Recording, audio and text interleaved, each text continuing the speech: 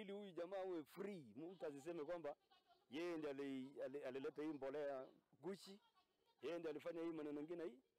Basi tukatengeneza committee, members of parliament, tena ni wale wazee, tena ni wale technocrats ya sheria, most of them ndio wanaenda sasa kukaa na yeye chini, wanachunguza hii na hii na wataleta report parliament. Kwa hivyo hajafika mwisho, na si Linturi peke yake.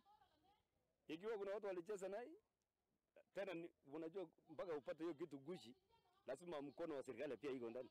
Lazima iulizwe ilikujaje mpaka ikatokea hapa hivi. Kwa hivyo kuna wale wafanya biashara wenye wako na urafiki na serikali ndio wanafanya vitu kama hiyo. Sio Linturi. Linturi hawezi kwenda kuna kuoda na kuleta letini. Kuna wale supplier ndio lazima baadaye chunguzwe.